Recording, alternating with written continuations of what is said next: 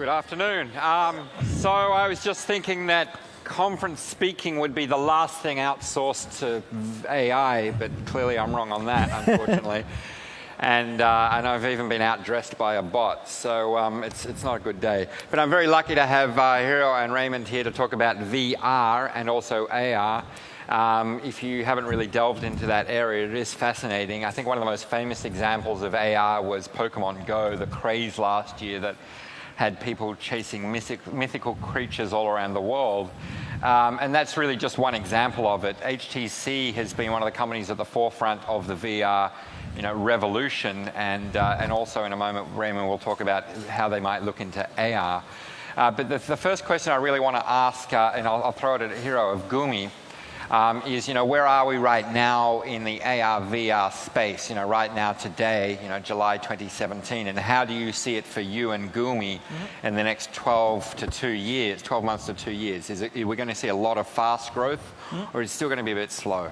Oh, yeah. So my company Gumni is public company in Tokyo and making the mobile games. But mobile game is already becoming mature, so we need another frontier, right? So that's why we started VR and the AR. So for the VR and the AR, we are doing three things. One is incubation. We run in the incubation in Tokyo. That's called Tokyo VR Startups, and then also in Seoul VR Startups, and then we just started in Helsinki. That's called Nordic VR Startups. So we run in 3 incubation programs globally. And then also we have venture reality fund that's in San Francisco.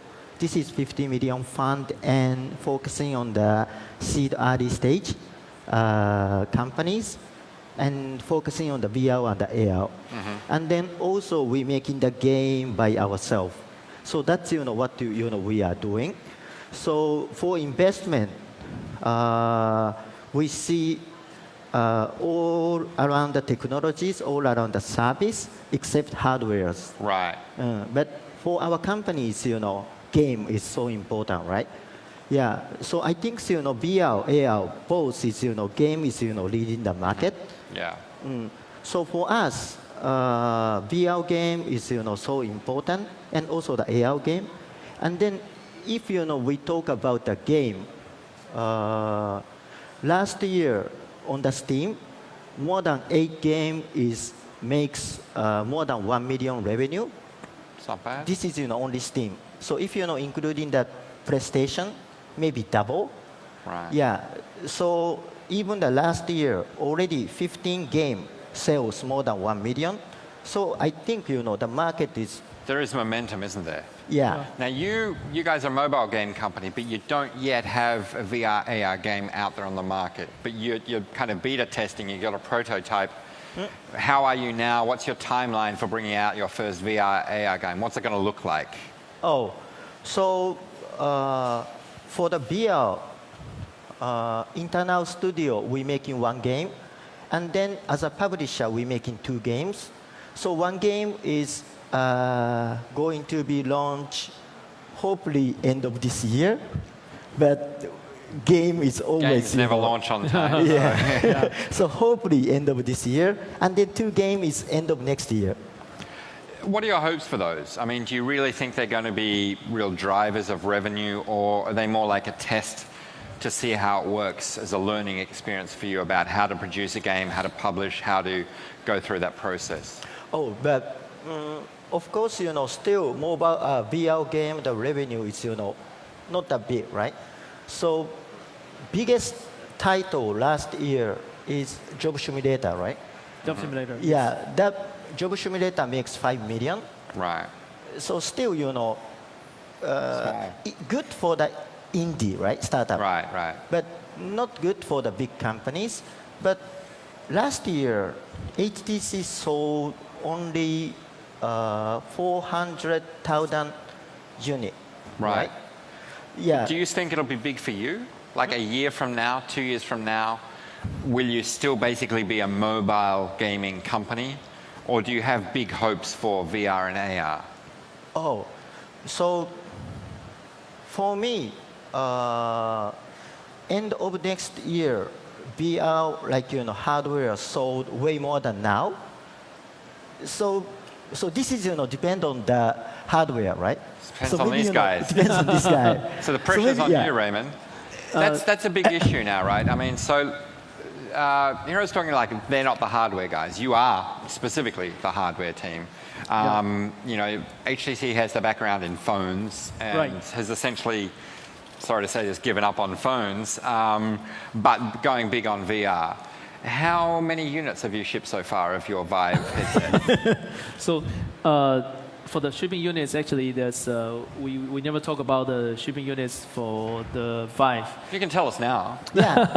That's all right. You guys don't mind hearing. Yeah, good timing. Have you hit 1 million? Yeah. So I think for the Gummi, like you don't really need to be say I'm a VR gaming company or I'm a mobile gaming company. In the future, you're just a game company. You can have the game content which can focus on VR, AR, or mobile, or even you can cross different technologies. So I think that's also recently when we talk with developers, I think since the beginning we don't ask for the exclusivity. We also talk to the developers at the beginning of the technology before the VR devices can really adapt to the mass market. You can do is you can make your content cross the platform. So we don't really ask for the exclusivity for the Vive platform, and then we encourage the developers. You can make the content. You can bring your content to PSVR, to Oculus. If you can make it to the mobile and make it work, you should do it. Because in the early stage, I think the hardware penetration, it takes time to get people to accept this new technology. So, but all the developers, they need to survive, right? So I think this cross-platform strategy is good for them at the beginning. But let me ask you on the hardware, because Gumi and anybody else who's moving into making VR, AR games complain that there's just not enough hardware devices out there, right? The net addressable market for the game developers is really held back by the hardware. So what is it that is, maybe slowing you down? I would ask you, what are your targets, but you won't tell me. But what is stopping more people buying Vive headsets? What are the challenges when you're trying to get more and more people to go out and buy a Vive and plug it into their computer? Yeah. Why aren't they? I think some people will say, oh, this is because the price. I think if you look at the whole package for the Vive plus computer, Vive is about 800, and computer you need maybe 800 to 1,000, so it's total like 1,800 to 2,000 type of range to get a package. But I'm sorry to interrupt, but seriously, who here wants to spend 1,500 to 2,000 for a games machine? Right? Yeah. Anyone? I mean, I'm sure there's some geeks in the room. Yeah, some people have said, yeah, hey, why not? Thank you. But let me point out that, in this audience, we're all geeks, let's be honest, we're at Rise. 3% of the people in this room at most have raised their hands, probably less than that. I mean... But what we're thinking is actually, it's not about the price. So if you think an iPhone or the phone, right? iPhone is actually 600, 800. It's still keep very high price. But since you have so many applications you can use, you need to use a phone every day. So people doesn't feel it is expensive because it's your daily device with you. So in the other way is how can we work with the developers to create the content which is able to get people feel, hey, it is worth to get a really good devices to enjoy the immersive experiences. It's always a chicken and egg issue, but that's the current, I think the gap we need to go So you're through. saying we need more content to get them to come and buy your hardware? I'm thinking it's not only the gaming content, just like you said. If you can only play game for the VR, you probably don't want to spend $2,000 to buy a gaming machine.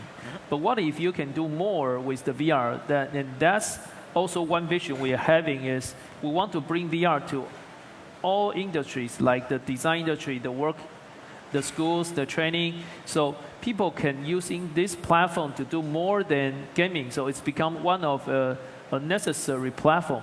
So they would like to spend $2,000 to buy one. Like lots of people, they can buy $1,500 TV at home, right? They enjoy the TV at home. So this is what we're thinking now. But the thing about a TV is that, you know, a whole room of people can watch it at the same time.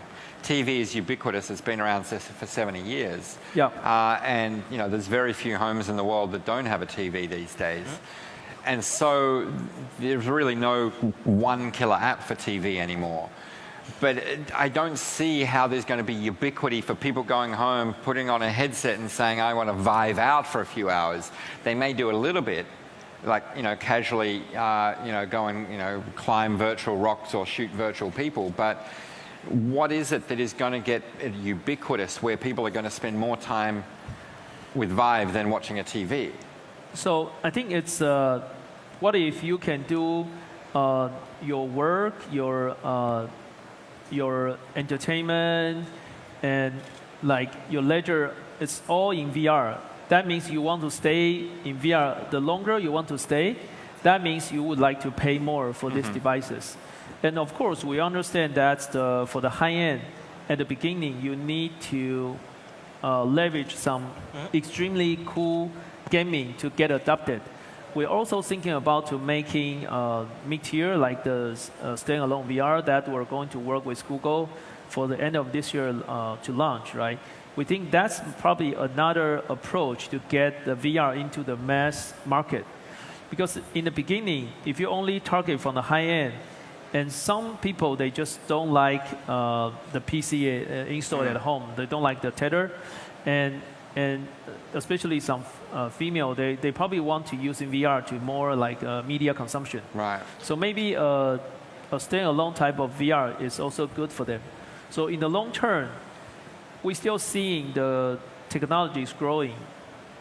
It is not necessary in the next 2 years, 5 years, you still need to get a PC to enjoy this high fidelity of content. Maybe we can do something else. And we're just trying to approach with the customer base with different ways. So when the technology evolves, the goal is to give the user immersive, like ultimate high fidelity experiences with lots of applications beyond the gaming.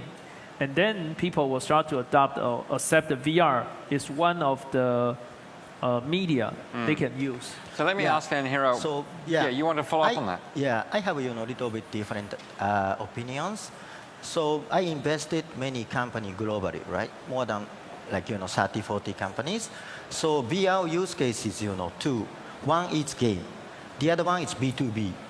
B2B, they have, you know, so many use cases, like, you know, car industry, healthcare industry, and also like you know, tourist and, you know, many things, right? But, you know, for the entertainment, 360 video is, you know, very weak experience. But, you know, immersive game experience is super. So if, you know, we see the history of the game,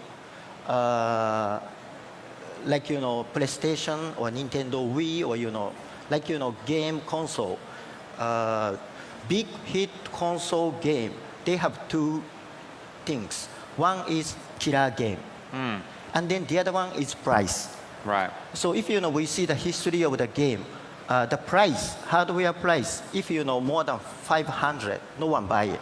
Right. So if, you know, going to less than 500, push down. You know, early adopter buy, right? Right. And then if going to, you know, under the 400, many people buy. It's much more accessible. Yeah, so this is, you know, magical price for the gaming. So this is, you know, how, you know, PlayStation 4 success, right? So I think, you know, you guys have to... But the business model, though, Hiro, is that if you're Sony or your Xbox, your Microsoft, you can even sell at a, you know, at a discount or at a loss to basically drive that ecosystem, you know, the razor blade kind of model, and get that revenue back. But, for example, HTC doesn't necessarily benefit from that. You may get some cut of, you know, Steam subscriptions, but you basically have to sell at cost or above to recoup your profits. Is there a business model for HTC to make money on the back end after the product is sold? Yeah, I think right now we're not only selling the hardware, we're also doing different investment in the platform perspective. We have the Viport, it's a marketplace. We also have our own studios. We'll launch two contents. We just launched Front Defense on Steam as well. And we have a accelerator program. So I think this time we want to do more like a ecosystem type of a company. But go back to the gaming, right? I think this year we've seen some big IP coming out. Like Fallout 4, they start to bring their content to VR. And we do believe there's some of the big IP will coming out very soon. And if you look at the PC space, for example, like Overwatch, actually when they launch, you need quite a high-end GPU card. So you still need a PC plus a GPU card. That costs not cheap, actually, not over 500 for sure, the total system. So for the hardcore gamers, I think they want to enjoy the extremely high quality, high fidelity game, and they would love to spend money on that. But that's still a very niche market. And I think that we all agree that for VR to take off, as you're talking about, it needs to be ubiquitous, right? We need to have these cross-platform or cross usage models, not just gaming, but other things. So let me ask you then, Hiro, in terms of gaming, what can gaming bring to VR and AR? For example, you've got a couple of games in the pipeline. What is your vision for the type of game? I think Pokemon Go is the best example we've seen so far for a social AR game. And there's been some pretty popular titles in VR. What kind of game do you think will be really hot 3 years from now? So VR and the AR is totally different. Yeah. So for the VR, I bet onto the RPG. MMORPG is best fit. Yeah. And then also shooter is best fit. And then content creation, like Minecraft type. Right. User want to make by themselves, right? So if we so see Minecraft in VR would be a big thing, you think? Yeah, but they already launched, but they are not VR fast, right? Still PC game move to the VR, right? It's adapted. So what we need is if we see the history of the mobile smartphone. At the first stage, many companies try bring console game to export to the mobile, right? But not a very success, right? So the title who makes hit is originally made for mobile, smartphone first, right? So for the VR and the AR, it's also similar. Just convert. Just porting over. That's not work. It's not going to work. We have to make originally VR fast or AR fast game. So my point of the VR Minecraft is not Minecraft port to the VR. But the thing is, it's a big risk as a studio to go out and do a VR first game. I mean, I hear your point. It's chicken and egg, right? But you go in and invest all the money to do a VR first game, and you could be losing money because there may not be enough hardware out there. And this idea of immersive gaming sounds wonderful, but it's it's extra 3D. It's like 4D gaming. But if we look at the example of TV content in 3D, 3D TVs have been a failure, right? I mean, Samsung and Sony, everybody 5-6 years ago was saying that 3D is the future.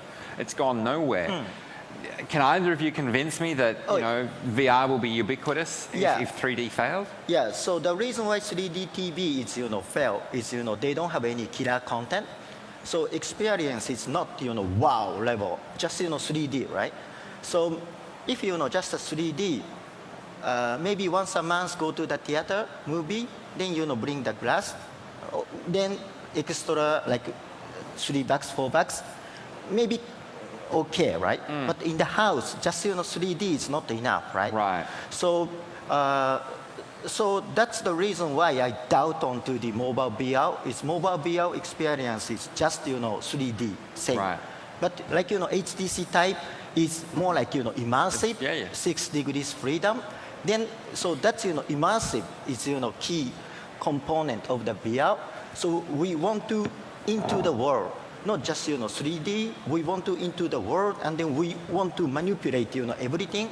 That's kind of the experience is super so wow. Immersive is the key feature of VR, that kind of like that killer feature of VR that will really push it, you think? It is, if anyone hasn't used a Vive, it is quite an immersive, an amazing feature. You can walk around the room because they have these flag posts that help you track your physical location. But then it brings us to another problem, which is, if you look at Pokemon Go, and I keep bringing back to that example because it was so successful, it was very social. Like people literally in the Yeah. streets playing. The problem with VR, immersive VR, is it's essentially antisocial, right? I mean, you are playing on your own, and unless you've got a second VR set, which is dangerous in itself because you could bump into each other, and that shouldn't be underestimated. So- how do you deal with the antisocial nature of VR? So I think it's I don't think it's antisocial. Actually, if you see the trend from the first year to the second year, you see lots of the VR gaming actually is a multiplayer right now. So you actually work, fight, play with your friends together in the virtual space. Maybe he's in New York, he's in Helsinki, he's in Tokyo, but actually you're together to enjoy the whole environment. You're inside the story. You got a team to tell not to tell the story, but to write the story together. And I think that's why in the past 30 years, it is always the gaming industry to be so enthusiastic in VR, because VR is the best media to bring the user into the story, which is the content developer want to tell. And that's always people like the super hardcore gamers. They feel, hey, I'm playing across in front of a screen. That's always some barrier to the story. And now VR, you're a part of it. You can play with your friends together. So we think social is definitely the most important components. But the way VR is, you play with your friends, you share the environment. It's not like you do point-to-point talking and chatting. Wouldn't AR be also a better approach? I mean, tell me about HTC's plans for AR, right? Because AR is really interactive, and it can, you know, VR is kind of closed loop, whereas AR, you really have to interact with the environment, not just a controlled environment. How do you see that playing for HTC with Vive? So actually, if you look at the technology perspective, there's a lot of technology behind VR and AR, especially in the computer vision, in the tracking. They're similar, like the tool set, but there's some hardware technology, they're different. What we're seeing is AR, actually you need more technology than VR because there's so many variables in the real environment. It's difficult to control. I think we're looking still in early stage to investigate the AR technology. We're looking for some new technologies, but we don't have any plan for the AR devices yet. We're kind of like still focused in VR. And go back to the Pokemon Go. Like my point is still, is it really an AR? And I'm looking for more AR-related content in the After Apple's AR kit, because when I play Pokemon, I always turn off the camera. I don't see any difference, right? And I feel it's very creative in a gameplay perspective. It leverages the mobility, the location base, but the AR just kind of. Well, it's an early stage thing. Now, you're really enthusiastic about the idea, the possibilities for AR. How do you see it playing out? Yeah, so I think, you know, for the AR, big point is, you know, location. So normally internet is, you know, not related to the locations, but, you know, for the AR, it's, you know, we put, you know, any data onto the location base, right? So that's, you know, key things, you know, of the ARs. So, and then Pokemon Go is just started, right? So if, you know, we see, like, you know, Facebook's AR Studio, and then also Apple's, like, AR Kit. If, you know, you guys try AR Kit, we can change, you know, real world to, you know, another world. Yeah. So if, you know, we play Pokemon Go, normal Pokemon Go, it's just, you know, current environment. Pokemon is here, right? But if, you know, we use, you know, AR Kit, we can also, you know, change environment, like, you know, Pokemon World. And if, you know, other, like, IP, if, you know, Harry Potter, Pokemon is okay to fit, but Harry Potter, Harry Potter Go, not that fun, right? But, you know, if, you know, we can change current environment to the, like, Hogwarts or, you know, Harry Potter world, that's, you know, more fun, right? It is a future possibility, yeah. Yeah. We've got to wrap up now, I'm afraid. It's been a fun discussion. Please help me thank these guys for spending their time with us this afternoon. Thank you. Thanks, guys.